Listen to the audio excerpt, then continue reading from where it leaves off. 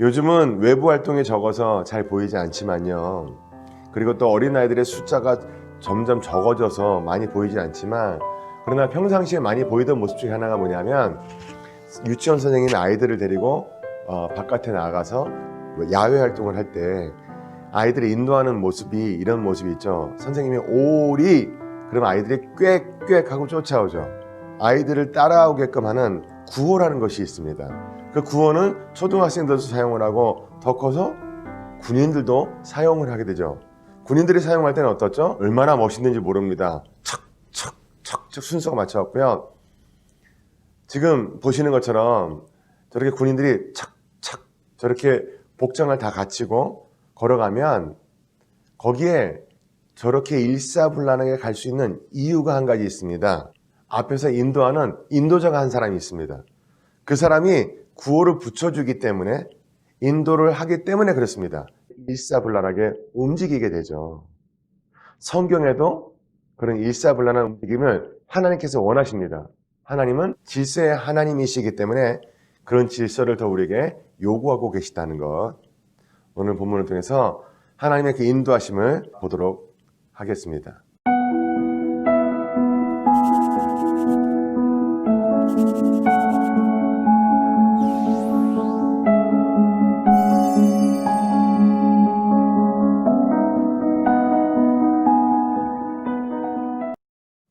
먼저 이 인도하심에 있어서 유월절에 대해서 유월절을 따라가지 못하던 사람들이 있었어요. 배제된 사람들이 있었습니다. 그들이 다시 유월절에 들어올 수 있는 규례를 말씀하시면서 이스라엘 백성에게 구름 기둥이 쫙 인도를 해주면 그 구름 기둥이 인도하는 것을 보고 이스라엘 백성은 쫓아갈 수 있었죠. 상상을 해보면 얼마나 멋진 장면인지 모르겠습니다. 구름 기둥과 불 기둥으로 인도함을 받았다. 마치 오리 그런 꽥꽥 하는 것처럼 좌양좌 우양우 하면 일사불란하게 움직이는 것처럼 구름 기둥이 와라 가라를 지시해 주셨다. 하나님다운 방법이었겠죠. 그래서 이런 방법으로 인도해 주셨고요. 그리고 나서 두 번째는 멋진 나팔, 은나팔과 인도하심이 있었습니다. 10장 1절부터 36절까지는 아론과 그 아들들이 나와서 나팔을 불게 되죠. 그러면 물론 나팔을 불게 되는 길이와 순서에 따라서 내용이 달라졌을 것입니다. 그러나 이것은 기초적으로 소집을 알리는 것이었죠. 그래서 나팔을 불게 됩니다. 은나팔을 불렀다. 이렇게 성경은 기록하고 있습니다.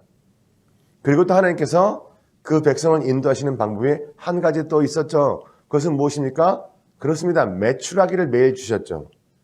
불기둥도 주셨고 메추라기도 주셨고 그리고 여러 가지 시험을 통해서 그 백성을 인도해 주십니다. 바란 광야에서의 시험. 오늘 본문 말씀을 읽으시면서 그 부분에 대해서 한번 깊이 상세히 알아보시는 것도 큰 의미가 있을 것 같습니다. 이와 같은 방법, 우리가 불과 메추라기, 구름기둥 잘 알지만 바란 광야의 사건은 잠시 잊을 때도 많이 있거든요.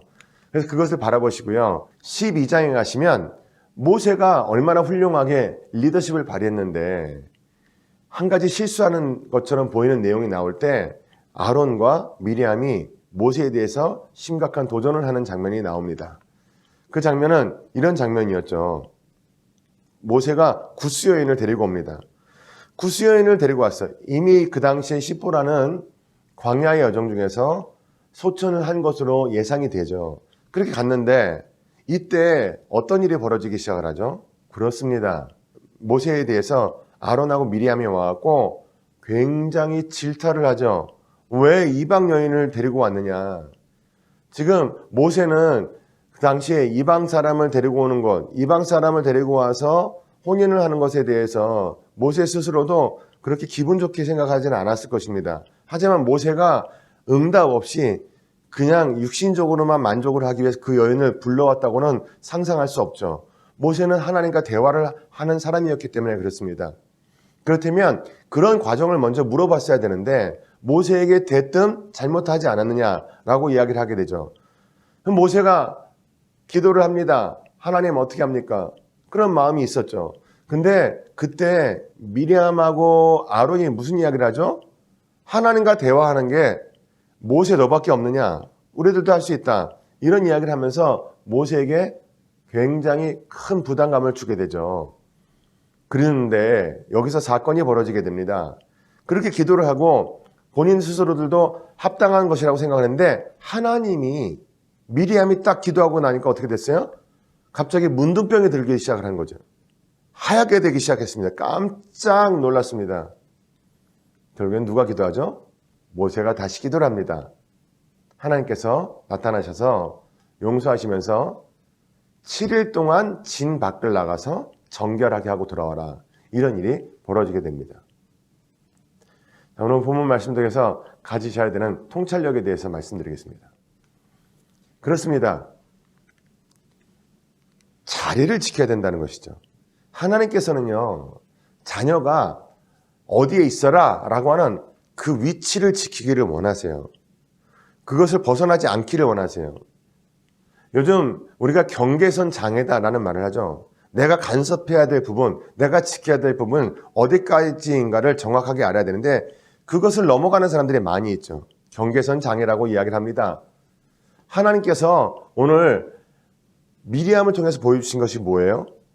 미리암이 지켜야 될 자리가 있었습니다. 그런데 미리암은 그 자리를 넘어가게 됐습니다. 하나님은 질서의 하나님이시기 때문에 자녀들이 자기가 지켜야 될 그 자리를 꼭 지키기를 원하시죠. 비판의 자리 가지 않아야 됩니다. 원망의 자리 가지 않아야 됩니다. 그렇게 하지 않고 주님께서 원하시는 긍정의 자리 가운데 머물러야 되겠죠. 절대 긍정의 믿음은 무엇인가? 바로 그런 것입니다. 내가 지켜야 될 자리를 잘 지키고 그 자리에 있어야 되는 그 자리를 지키는 것입니다. 하나님은 우리를 결코 실망시키시는 분이 아니시라는 확신이 있기 때문에 우리는 우리의 자리를 지켜나갈 수가 있겠죠.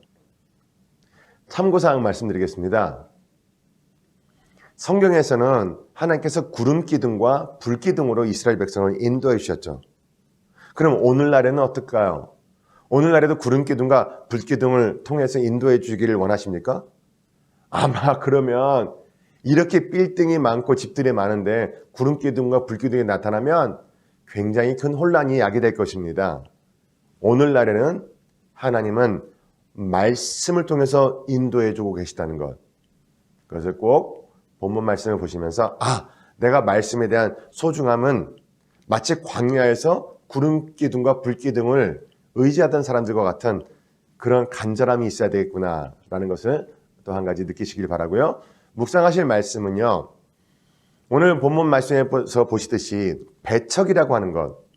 배척이라고 하는 것은 무서운 형벌을 불러온다라는 것을 묵상해 보시고요. 모세에게 있어서 가장 가까운 가족이었던 바로 누나 형이 모세를 그렇게 배척하게 되죠. 그런 고통의 순간, 그런 소외되는 순간, 배척받은 순간 모세는 어떻게 그것을 이겨나가는가. 그 모습이 우리의 기억 가운데 남기를 바라고요. 지금 내가 배척하고 있는 대상이 있다면 그렇지 않은 그런 반대의 삶, 하나님께서 원하시는 삶으로 돌아오기를 바라고요. 혹시 내가 배척을 받고 있더라도 모세와 같이 이겨내는 그런 마음을 가지시면서 기도하실 수 있게 되기를 바랍니다. 오늘의 핵심 구절 다 같이 봉독하겠습니다. 야훼께서 모세에게 이르시매 그의 아버지가 그의 얼굴에 침을 뱉었을지라도 그가 이레 동안 부끄러워하지 않겠느냐. 그런즉 그를 진영 밖에 이레 동안 가두고 그 후에 돌아오게 할지니라 하시니. 민수기 12장 14절의 말씀이 되겠습니다. 성도 여러분, 오늘 하나님의 인도하심, 그 멋진 구름 기둥과 불 기둥의 인도하심이 우리들의 삶 가운데서도 계속되고 있다는 것 잊지 마시고요. 그 인도하심은 말씀을 통해서 이루어진다. 그러기에 그 말씀을 구름 기둥과 불 기둥 삼으시면서 하나님께서 원하시는 그 길 잘 걸어가실 수 있게 되기를 바랍니다. 감사합니다.